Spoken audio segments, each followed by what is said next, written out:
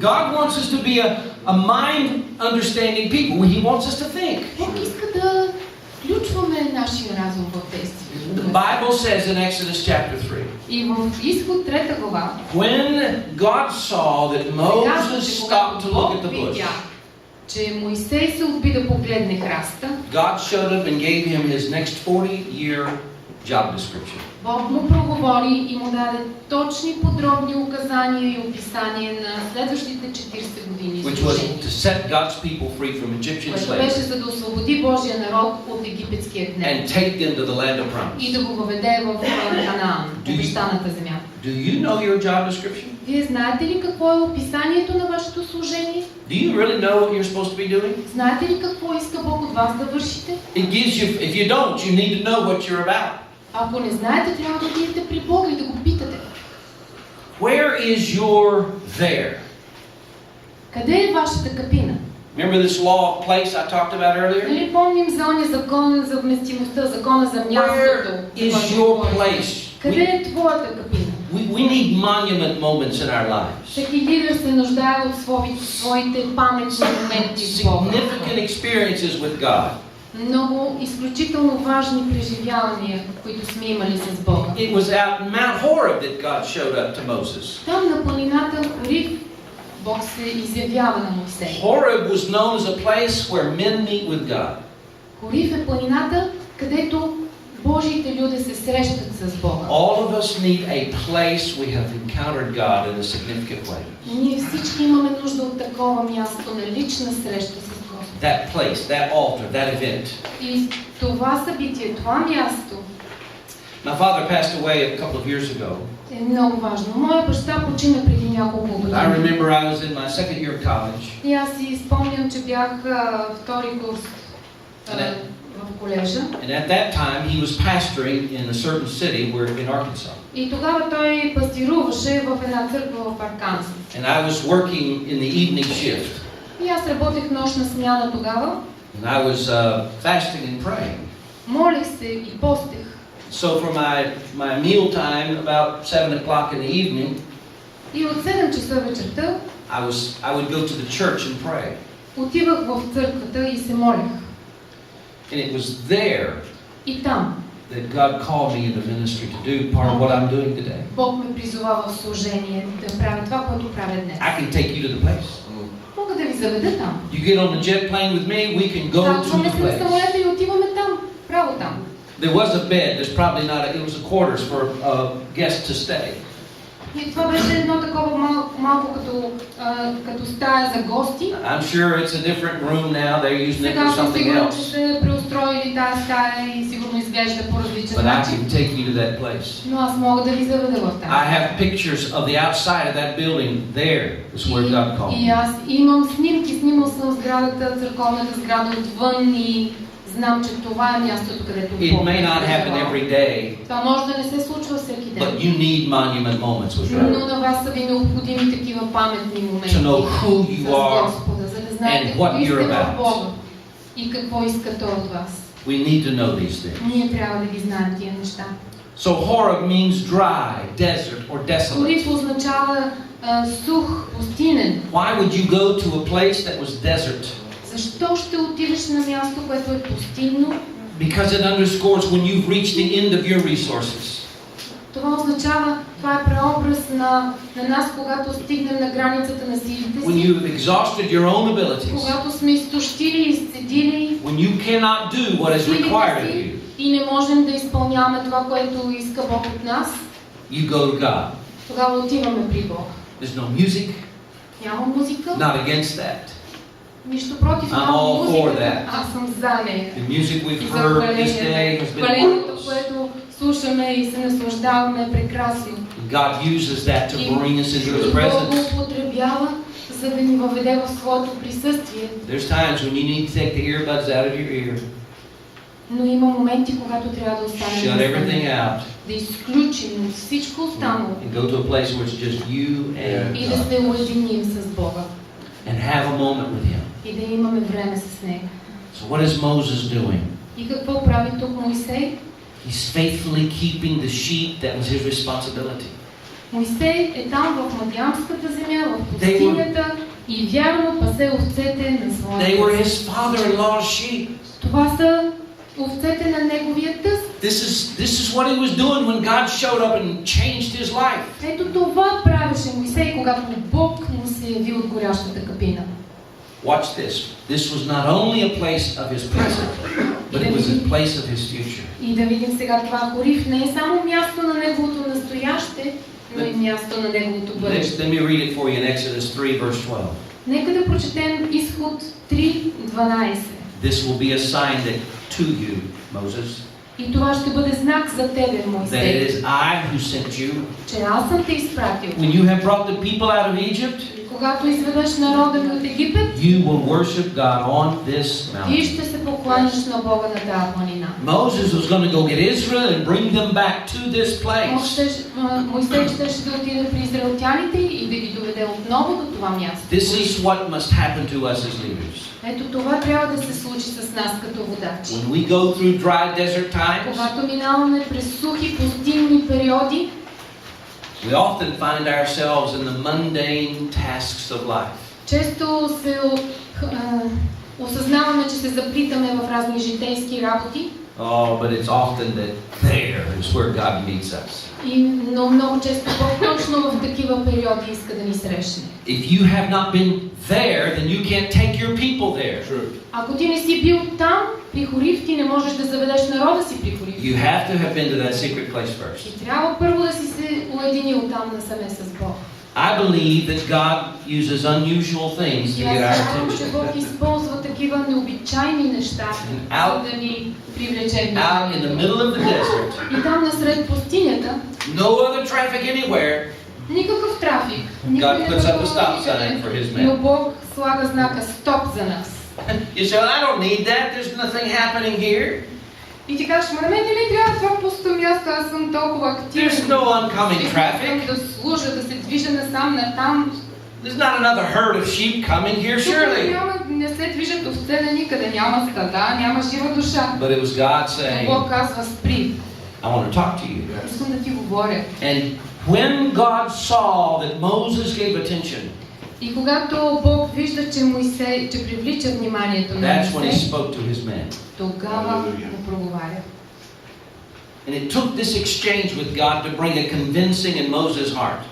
Именно това потвърждава и утвърждава Божията мисия за Моисей. Keep in mind, Moses wasn't even really praying. Нека да видим, Моисей дори не се е молил. He wasn't asking God for anything supernatural. Той не е искал от Бога нещо свръхестествено. He was guilty of one thing. Той е бил виновен тогава. He simply thought. Той просто е мислил. You remember I said it a while ago? He thought he would go look at this. Той просто си е помислил, бе, я чакай да видя какво се случва, какво е това необичайно нещо там. God did 4 things for Moses that day. И Бог в този ден прави 4 неща за He Моисей. interrupted his life. Той спира, преустановява живота му Shepherding was over for him. и това е бил вече краят на неговото пастируване. Той вече е спрял да бъде овчар. God often interrupts our lives. Бог много често ни прекъсва нашия живот. He used Elijah to interrupt Elisha. Илия прекрати живота на Елисей. Jesus interrupted 12. Който водеше Елисей. He interrupted 12 men's lives, and they left their vocations to follow him. Исус прекъсна живота на 12-те си ученици и те престанаха да бъдат вече само рибари. May God interrupt our lives again today. Може ли Бог отново да преустанови живота ни, да ни Get us прекъсне focused and centered on His will. посоката на живота ни и да ни съсредоточи върху волята си за нас, On His purposes, on His kingdom. върху Неговата цел за нас, за Неговото царство? And then God said to him, Moses, После Бог му казва, назовава го по име. called his name twice. 2 пъти изговаря името му. I think these are out of order. Maybe I did that. Then he says, when God calls your name, it's a good thing to answer. Когато Бог призове името ти, е по-добре да отговориш. Especially if He calls it twice. Особено ако те призове 2 пъти. You might just want to stop what you're doing. По-добре да спреш да се занимаваш с това, което се Say, занимаваш. yes, sir. И да кажеш, You talking to не е me? вярно, на мен не говориш. I'm all Аз съм целия в слух. And then God said to him, take your shoes off. И тогава Господ му казва, изуй си обущата. Because you're standing on holy ground. Защото стоиш на свято място. Shoes are what gets you the places. It's what you wear to go places. Обущата, това с което ходим на разни места и по разни пътища. I have on my church shoes today. Ето, днеска съм си обул църковните обувки. But I have casual shoes. Обаче си имам и едни по-такива ежедневни. Came over on an airplane in casual shoes. Аз, например, пътувах всичките тия часове по самолетите с едни съвсем удобни и ежедневни обувки. I have shoes that I do yard work in. Имам си специални обувки за работа в градината. I have shoes that I exercise in. Имам си маратонки, с които спортувам. They're not very worn. Не са много износени. But I have shoes that I exercise in. Но си имам специални такива. We have assignments with what we put on our shoes, do we not? Зависи от това, от задачата, която стои пред нас, какви обувки ще си обуем. God said, Moses, you got your work shoes on today. И Бог му казва, хей, Моисей, я си събуй овчарските цървули. But you're going to have to change shoes. Ти трябва да си смениш обущата. Because I'm sending you before Pharaoh. Защото аз имам нови обуща за тебе да те изпратя при фараона. I want you to put on your diplomat shoes. Искам да си сложиш дипломатическите обувки. Те най-официални. He marched right into Pharaoh's presence. Не може така да влезеш в фараоновото присъствие. Paul said we must have our feet shod with the preparation of the gospel of peace. И Павел казва, че ние трябва да сме обути в готовност с обувките на благовестието. So we might need to change shoes. Може да трябва от нас, Бог да иска от нас да си сменим обувките. Need to check that out. Днес. Трябва да го проверим. Then God commissioned Moses and he said, I'm sending you to do something. И тогава Бог му казва и му поръчва, аз ти изпращам на специална мисия. I have a specific assignment for you. Имам специална мисия за теб. And Moses was going to leave his occupation as a shepherd. И Моисей трябваше да престане да бъде овчар. And go be an ambassador for Egypt to Pharaoh. И да отиде на дипломатическа мисия в защита на своя народ пред фараона. And then once Israel left Egypt, и когато израелтяните напускат he Египет, would become a shepherd again. той отново влиза в пастирската си Only роля. this time not with sheep, but people. Обаче този път не с овце, а с хора. Paul said in 1 Corinthians 15, И Павел казал в 1 Коринтияни, first the natural, първо естественото, then the spiritual. после духовното. How did Moses lead people? Как So водеше effectively. Моисей хората по такъв прекрасен начин? It's because first he had led sheep. Как успяваше той да го направи? How did he know where to lead them in Midian and in the Защото вече беше wilderness? водил овце, знаеше как се пасат овце. Because he had already been there, had done it before with sheep. Той вече беше минал по тези пътища с овцете. And so God says, Moses, this is what I want you to do. И Бог му казва, ей, Моисей, ето какво искам да And направиш. Moses says, let me get on my right slide. There it is. Moses says, are you sure about this? И Моисей започва да се препира с Бога. Сигурен ли си, Господи, че искаш това? You talking to me? На мен ли говориш? He argued with God. Започва да спори с I Господа. don't recommend you do that. Не ви препоръчвам да го You правите. will not win when you argue with God. Защото бориш ли се с Бога, няма да спечелиш. God was telling Moses to do something nobody had ever done На before. Моисей да направи нещо, което никой друг не го е направил. God gave him a unique set of responsibility and direction. И Бог му дава уникална отговорност, уникална посока, в която да върви. And God was telling him to do something nobody had ever done. Бог му казва да извърши нещо, което никой до сега не е извършил. Probably nobody had even thought about it. Може би никой до този момент не се е сещал за това. Is God telling you to do something that's never been done before? Дали Бог не ти казва точно на тебе да направиш нещо, което никой не е правил до този момент? Pastor Keith gave us some interesting statistics earlier. И пастор Кит ни даде много интересна статистика. Check me on this. The average leader will influence 10,000 people in their life. Средностатистическият лидер ще окаже влияние върху 10 000 души в своя живот. That's pretty amazing. Това е изумително. But what if God called you to do something Но когато Бог те е призовал да извършиш нещо, that nobody has ever done? което никой до този момент не е вършил, Would you be willing to go? дали ще си готов Or would you get a megaphone and argue with God Almighty? Или ще си вземеш един мегафон и ще започнеш да се препираш с него. I hope you would listen to God and say, yes, sir. Надявам да го чуеш и да кажеш, тъй вярно, Господи, ще те послушам. True leaders will go and do what nobody else is doing. Истинските духовни водачи ще отидат и ще направят това, което никой до този момент. True apostles and prophets of God. Истинските апостоли и пророци на Pastors and evangelists. и благовестители. They'll move out in the front and do what nobody else is ще doing. отидат напред на фронтова линия и ще извършат това, което никой не е дръзнал да извърши. It takes to give the faith to do what nobody else is този doing. дар вяра, за да извършиш това, което никой не е направил. So I'll do it if somebody will lead the way. Аз ще го направя, ако някой ме води и ми покаже на къде да вървя. Well, hello somebody. Yeah. I'm meeting you for the first time, somebody. Ако за първи път те срещам, You lead the way.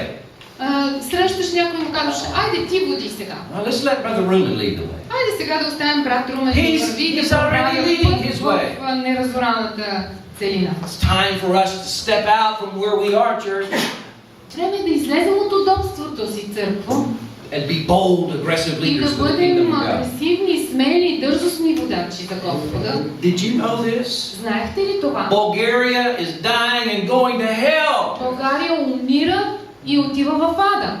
Who's going to do what nobody else is doing? Кой ще извърши това, което никой не извърши? Who's going to plant churches? Кой ще сее църкви? Who's going to evangelize the lost? Кой ще проповядва Евангелието и ще спася и ще помага за спасяването на души? We can't just come to rooms like this and meetings like this. Ние просто не можем да изброим колко такива зали в момента църковни и всякакви съществуват и колко много християни се събират ето така да слушат поучение. Say, oh, that was good.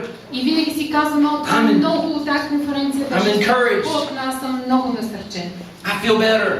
Чувствам се много добре. I can go back and face my situation now. Мога сега да се върна у дома в моята църква и да се изправя пред проблемите там. I'm glad to hear that. Аз съм много радостен да го чуя това. But Bulgaria is dying and going to hell. България, българите умират и отиват в ада. I've talked to Brother Ruben about this for some time, several years now. От доста години вече говорим с брат Румен по тези въпроси. And he shared with me some of the things that had been attempted in times past. И той ми споделяше за неща, които са се случвали преди време. Some of the things I've thought about, he's already tried. Някои от нещата, за които аз съм мислил, той вече ги е опитвал. There are roadblocks, there's complications with Но има спънки, има страшни усложнения. getting permission to do certain Да things. получиш разрешение да направиш това и това. But in spite of all that, Но въпреки това, Bulgaria is dying and going to hell. българите умират и отиват в ада. Who of us, and I include myself in Кои this, от нас, и аз се включвам в това, who of us is going to do what nobody else is doing? кои от нас ще се осмелят да направят това, което никой не се осмелява? We need to hear from God Ние today. трябва да чуваме от Господа. We need a moment. И трябва да имаме своите паметни моменти с We Него. need God to help us to be bold leaders. И да помолим Бог да ни помогне да бъдем смели водачи. Are you attempting to do something that's never been done before? Ти опитваш ли се да направиш нещо, което никой не е вършил до този момент? I hope you will be challenged with that today. Аз се надявам да съм те предизвикал днес. Moses was sent to a people that really wasn't his own. Моисей е бил изпратен при хора, които не са неговия народ. 40 years previous to this experience. Преди 40 години преди това, And I'm going to talk about this in another lesson. и за това ще говорим в следващата сесия, He tried to do something, he did it wrong way. той се опитва да направи нещо, не го прави както трябва, съгрешава So he fled for 40 years. Ran и away. избягва. And God was calling him back to his original calling. Избягва в пустинята, но Бог го връща обратно към неговата първоначално призвание. He made a mistake, others made mistakes. Той извършва грешка. Всички ние ли извършваме That's грешка? not the point. Не е там въпросът. God brought him back to his Бог го original изправя calling. нозете му и го връща обратно към първоначалния му призив. And Israel was not really his people at that time. И тогава израелтяните не са били съвсем точно неговия But народ. later in chapter 32, they became his people. Но по-нататък в 32 глава те стават He became негови. a true father to them. И той се превръща в истински отец, истински баща за тях. I travel places where I've never been before. Аз съм пътувал по места, където кръгът ми не е бил стъпвал до този I момент. meet people I've never met before. И съм се срещал с хора, които не съм срещал до този момент. Several years ago, before I ever came to Bulgaria, Преди няколко години, преди да дойда в България, you were just people in another country for me. вие просто бяхте хора в една далечна страна за мен.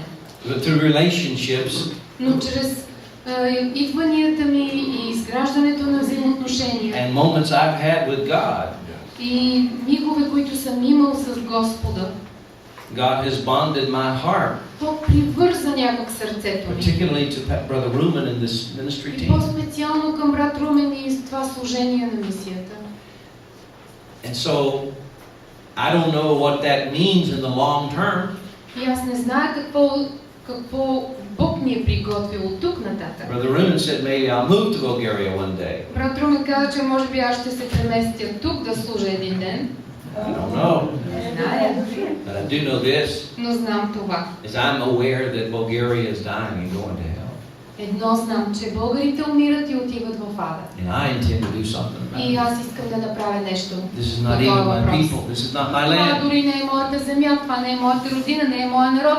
but I want to help you do Но that. аз искам да помогна. I could never do that by myself. Не мога да го направя Mission сам. Impossible could never do that alone. Мисия Възможност не мога да го But направя сами. together, Но заедно всички we ние can make a difference in this можем nation. да направим промяна в тази But we страна. got to be bold. И ние трябва да бъдем дързи. We got to hear from И God. трябва да чуваме. And we have to be willing to walk in И трябва faith да бъдем готови да ходим с вяра. and do something И да that направим nobody's нещо, ever done което before. никой до този момент не е направил. So before you get out your little notebook and say, well, what happened this time?